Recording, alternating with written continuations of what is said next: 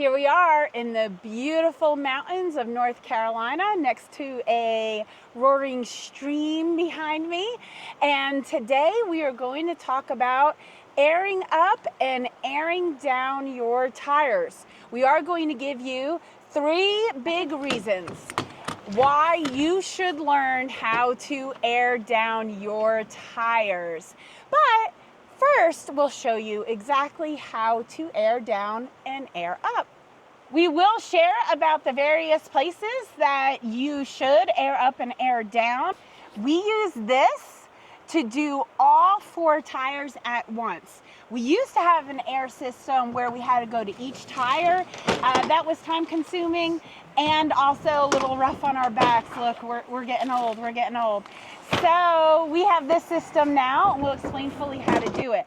But I'd love to hear from you all. We are considering to get an onboard air system. If you have that, please let us know, because we want to possibly do that for airing up and down our tires, and maybe Jody wants to do something else with the onboard air.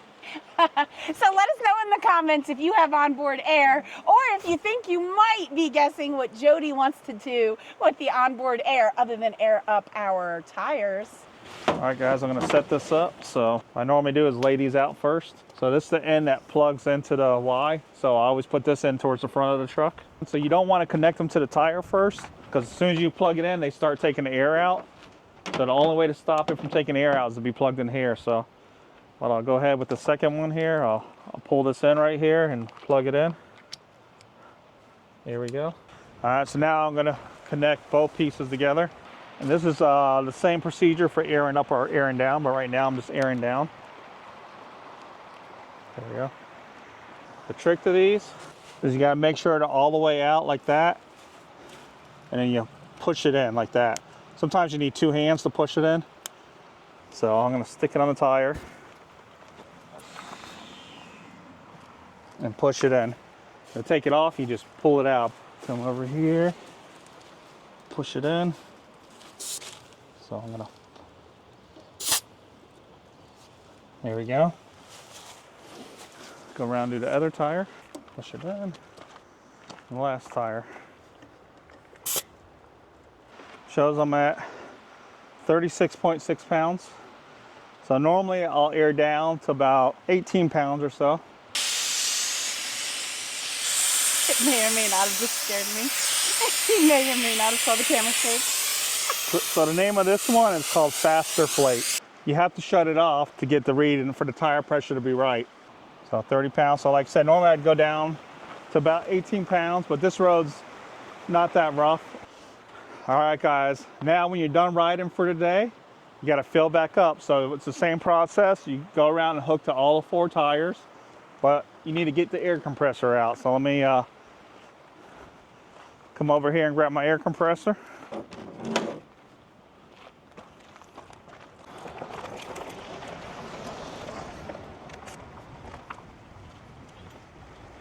All right, so I'll plug it in here. Before I hook it up to the battery, I start the engine just to make sure you don't drain your battery.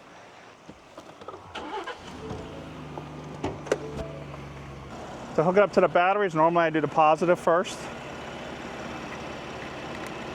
Just hook it up to one of my lugs there in the ground. You can hook it up to any ground, but I just go ahead and hook it up to the battery ground. So now I could go ahead and turn this air compressor on.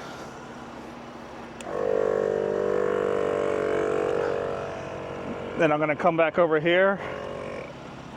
You can hear the air compressor shut off, but I'm going to open the valve and now let it set up. So the air compressor did come with one of those tire things like you have at the gas stations, but I had to sit over here at each tire. And it took about a good 5 minutes or more per tire. And I had to sit there and hold it and then go check the valve, hold it. But my back starts hurting after holding it for a while, and it could be like 15 minutes, maybe with 20. I never really timed it. It seemed like an hour, but I know it didn't take that long. But I'm sitting there holding it and holding it and holding it. Now I can sit there, I could go around, sit in my truck in the AC if it's hot out. If it's cold out, go sit in the truck with heat and sit there and watch it. Actually, I have tire pressures on I have the tire pressure gauges on my truck. So I didn't even have to come out here. I could just look, and when it's about a pound away, I'd come out here and check it and shut it off. So it's a lot nicer having this tire system from Faster Flate. Let's see where it's at now. You can sit by the water, enjoy nature's beauty. 34.2. I normally go to about 38 pounds. After it gets to where I want it at, I'll let it sit for a minute, because what it does, since they're all hooked up to each other, all the tires equalize, so they all get the same pressure. So I'll let it sit for a minute, and then when I get in the truck, everything's perfect. So if you're doing it by hand, you might be a pound or two off, and it'll take forever to try to keep going around and get them all right. But this, it'll do it on its own. So that's another thing I like about this is you fill it up and let it sit and for about a minute or two, and everything will have the right pressure. Same, 38.7, 38.6. So I'll let it sit for a minute to equalize out. So while I'm doing that, I go ahead and disconnect the air compressor. One mistake I made before, if I just unhook this right here, all the air is gonna start pouring out of tires, and I gotta fill them back up. So you gotta make sure you undo the tires before you undo this. So this one I can undo here. So that air was just air coming out of here, but I don't want to open this valve, and I do not want to take these off until I come around here, and there you go. So I'm just pushing back. So can you see that? Just pull it back.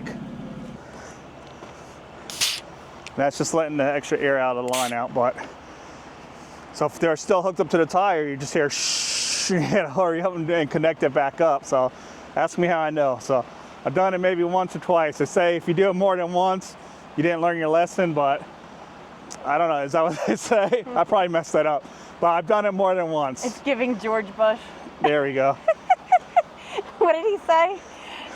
I don't know. I don't remember. Showing your age. Fool me once. The fool get fooled again. Yeah, he couldn't get it right either. I feel you, Bush. That's what happens when you get old. Is that what it is? Yeah, we can't remember the saying either. All right, so now I can put all this back in the bag. All right, so this looks like it doesn't fit in here. You could probably wrap it up neater, but I just stuff it all in here. I'll put the meter in the middle, but just squish it.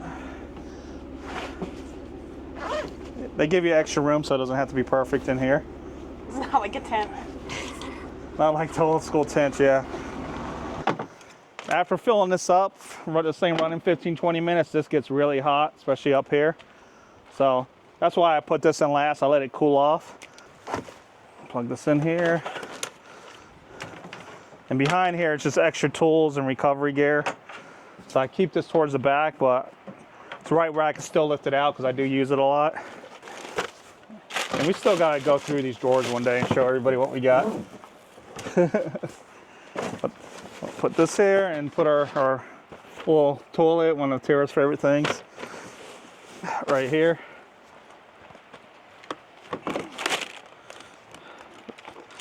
And there you go. There are quite a few reasons why you want to learn to do this, and one is about comfortability, and I'll explain that. One is about preserving the environment, and I'll explain that.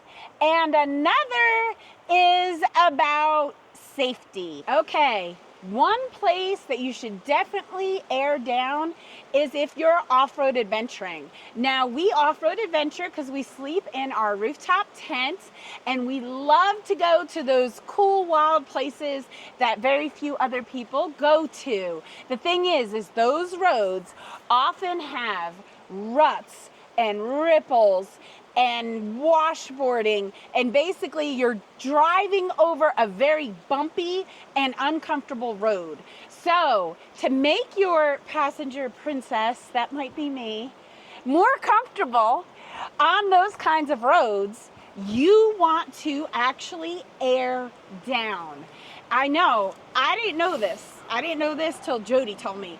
If you air down, sorry, the bugs, I keep flinching. So if you air down, it actually changes the shape of your tire, and so it changes the feel of all that you will encounter when you're off-roading in the roads, okay, or dirts or gravel, whatever you're on. So the tires will go over it. Like a ball, like a balloon, like how they flex, so they take away some of the shocks. There you go. It takes away some of the shock. So as you're going down it, it basically absorbs some of that. You don't feel it as much. It makes a world of a difference. Like, I'm not exaggerating, you guys. A lot of difference. I've had surgeries. I have slip disc. I have all kinds of medical issues. And at first, I was nervous about it, but the airing down makes a huge difference. If we forget, or we're on an unknown road and it looked like it was going to be smooth sailing and then all of a sudden it was not smooth sailing, we will pull over the first opportunity we get and we will air down.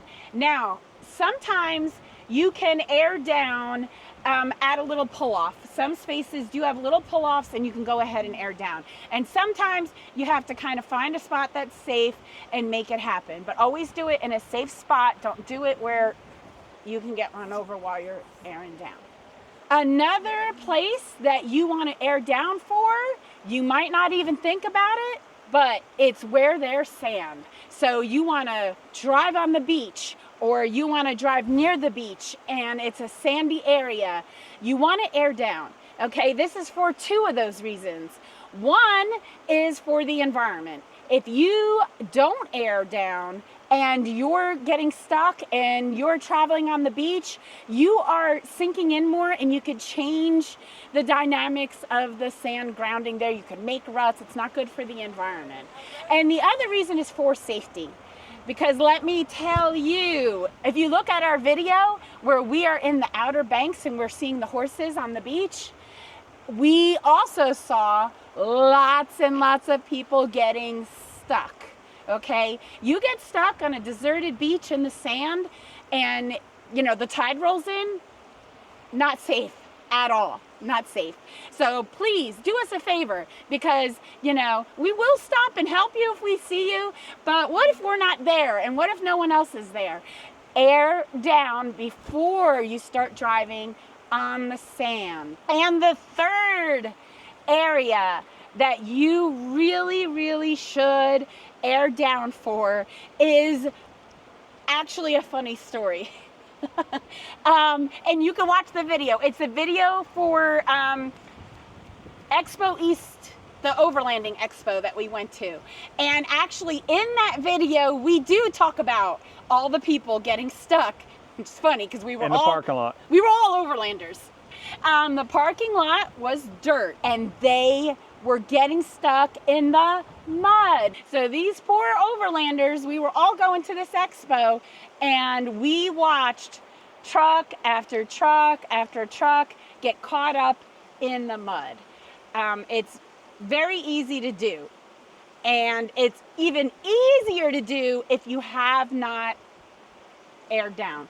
Air down before you get into the mud, because once you're in the mud, you're probably going to go and get stuck. Check out that video. You'll see people getting removed from the mud. And it's not good for any of it. It's not good for the environment. It's not good for your safety. There might not be somebody to get you out. We hope this helped you out today. If you like the tips that we share, then please go ahead and comment and subscribe. We will continue to share our adventures, our maybe sometimes fun and entertaining stories, as well as dodging all these bugs, as well as our tips. Thanks for watching.